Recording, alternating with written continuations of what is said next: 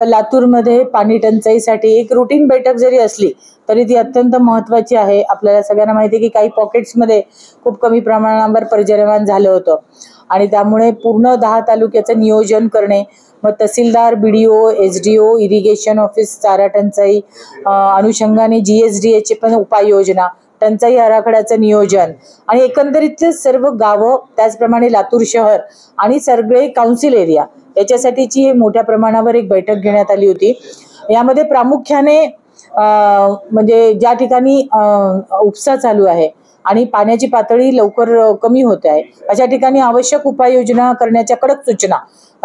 पथकांना देण्यात आलेल्या आहेत। आणि माझं आव्हान लातूरकरांना राहील की बऱ्याच एरियामध्ये कार म्हणजे व्हेकल्स धुण्यासाठी किंवा मोटारी आपल्या वरच्या ज्या टाक्या आहेत त्या भरल्यावरही थोडंसं लक्ष न देता जर सगळ्या टाकीवरनं खाली पाणी जातं, तर अशा प्रकारे छोट्या छोट्या गोष्टी जिथे आपल्या छोट्याशा दुर्लक्षतेमुळे पाणी वाया जात आहे, तर माझी आव्हान राहील की आता या पुढचे 3-4 महिने हे खूप महत्त्वाचे आहेत। सगळ्यांनीच मिळून काटकसरीने पाण्याचा नियोजन आणि त्या ठिकाणी वापर करूया आणि पाणी टंचाईची झळ ही जास्त करून आपल्याला होणार नाही याबाबत दक्ष राहावं म्हणून गाव पातळीवर आणि शहर पातळीवर सूचना देऊन त्याची अंमलबजावणीचं काम आजच्या मीटिंगद्वारे चालू आहे।